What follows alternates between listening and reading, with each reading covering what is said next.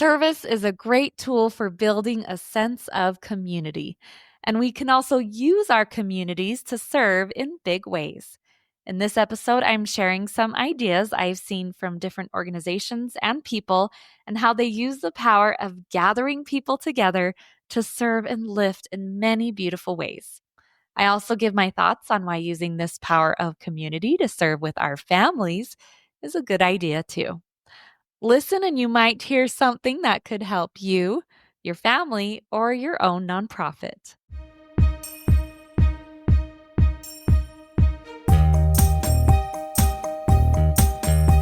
Welcome to the Do Something More podcast, a service-oriented show where we highlight the helpers who inspire us all to do something more. I'm your host, Melissa Draper. Thank you so much for being here.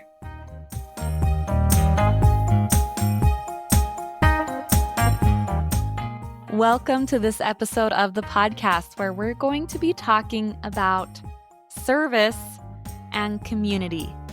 Both of those are so interchangeable, and as we use them together, they allow us to really serve in good and even powerful ways. So, of course, we can use the power of community to serve in big ways, either through donations and money or through gathering a large group of people to do something big together, right? Those can be great ways to use community to do service. But at the same time, service is a powerful tool for creating community. And I love that idea of using service to create community. And how is that? Why is that? Well, most people call me Pollyanna, but I really do believe that most people have a desire to help and give back. This is proven over and over again with my guests on the podcast and the many small ways and situations where they themselves are having opportunities to give back, or people that come in touch with them and the good that they're doing. Most people have a desire to help and give back. It's really most of the time all they need is some direction and some ideas for how to do that. And also, service is good at creating community because it's universal. Many times it transcends politics or religious beliefs or ages and stages of life or all the many different ways that we choose to categorize ourselves as humans. Service just takes all that away. We can come together for good causes and to help with good things that we care about.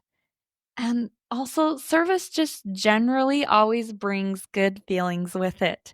And it's impossible to not have those feelings replicated with the people around you that you're serving with. You all feel good together and you all feel that sense of serving and helping together. So, those are just some reasons why I think service is such a powerful tool for creating community. So if you're wanting to create community, service can be a great way to do it. Organizing a service project, organizing a donation drive, bringing people together for a variety of different causes.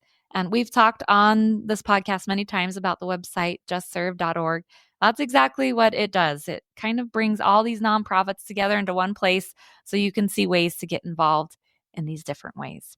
But on this podcast, I really wanted to dive into using that sense of community. So once you've been able to build the community, or maybe you already have a community, using the power of that to serve in a big way.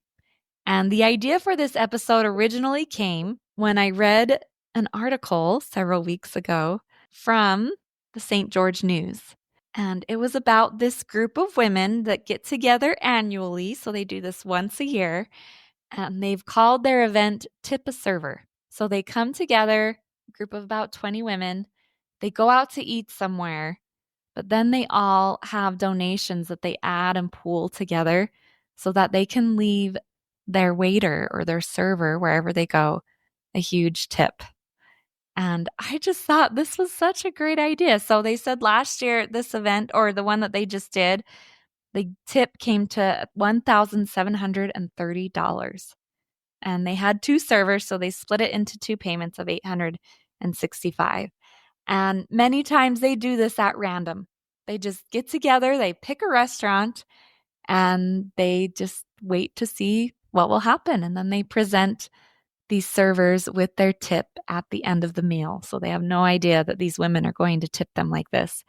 And as I read this article, I just thought, what a fun idea.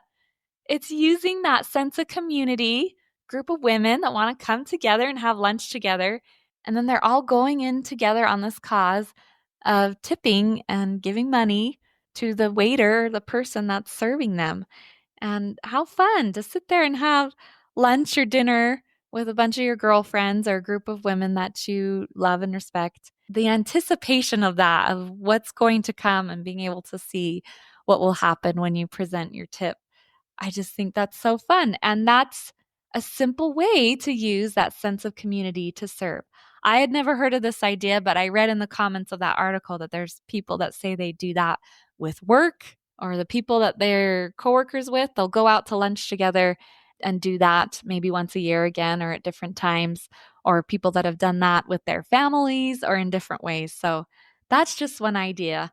And while we're on this idea of donating and using money, I of course want to mention one of the nonprofits that I featured on the podcast and I am now a member of, called 100 Women Who Care.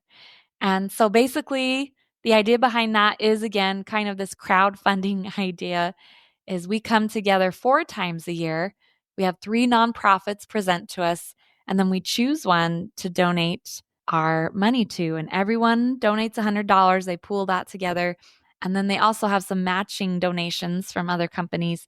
So we end up being able to give this nonprofit $10,000 to $15,000 each quarter. And that's been such a great thing to be a part of. You get to feel like a philanthropist a little bit, even though you're just giving a small amount. But it's using that power of all of us coming together as women and being aware of the nonprofits in our community as well. So, those are some more unique ways of using the power of community to donate and to bring those donations together. And I want to share that it's not only with money. There are powerful ways to serve with community beyond money. Although money is great, and every nonprofit will tell you they appreciate so much those donations. But there's lots of other different ways to serve. One that came to mind as I thought about this episode was the nonprofit Midwest You Can Foundation.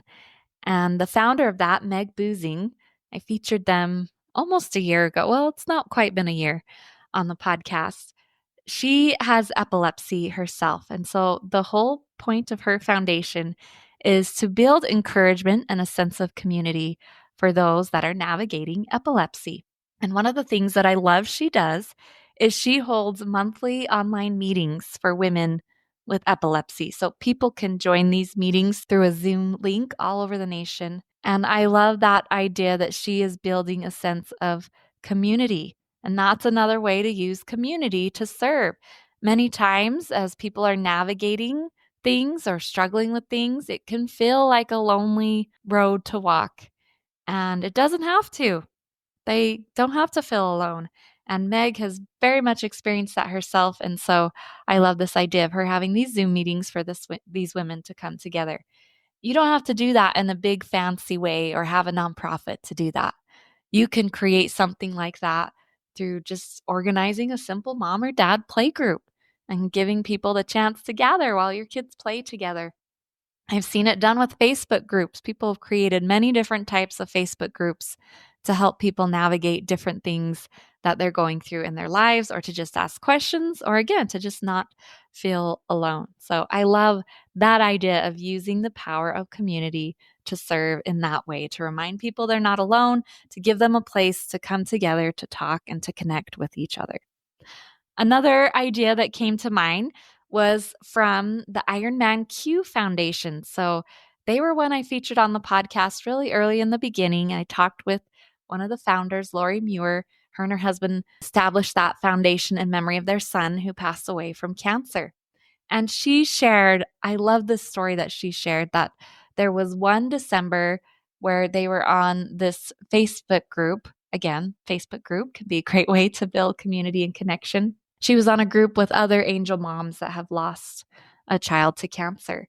And many of them were sharing how Christmas was such a hard time and all the feelings that come up. And she read through those and was thinking, oh, yeah, that's so hard. It's too bad that we can't kind of get together and and do that, or it's too bad someone can't create that. And then she realized, wait a minute, I can be that someone. I can create that. And so even with her own busy schedule and her own grief that she was navigating, she decided to kind of create a little retreat with some of the funds they had there for their foundation, and invited those that could come to come together for a weekend and to talk and to share and to uplift. So I loved that idea. Again, using that sense of community to serve and finding a way to bring people together. So there's lots of different ways that you can do this. But basically, again, the idea is that when we come together, there are so many things that we can accomplish, either as we are working together to donate, working together to serve, or working together to help people feel that they're not alone in the challenges that they navigate. A final idea I wanted to share is using this sense of community to serve with your family in a big way. Our families are a place that we're often wanting to create this sense of community, whether it's your family right there in your home or your extended family. We want to create that sense of community, and family is a place where we have community, and we can come together and use those opportunities to serve together. I shared this back in November on my social media that in October, my family had the opportunity to go serve at a care center here near our home. We did a little family night with them, and we told stories and sang songs, and it was just a great experience and a fun activity for my family. And it was good for my children to have those opportunities to interact with the individuals that are there at that care center as well. And it just again made me think that, well, however you feel about your family, wherever you're at in those relationships, whether you're excited about doing something like that with your family or not, doing service together can really be a great way to strengthen our relationships and enjoy our time with our families. We want to enjoy that time. So don't use it talking about politics. It's just going to make everybody angry. Go on justserve.org instead and find a project that you all agree on, or a group that you all want to serve with, and use that power of service and community to bring your family together. Serving and giving back, again, are universal. It's something most people can agree on, and it really is a great way to bring any family or any community together. Thank you so much for listening today and hearing these ideas.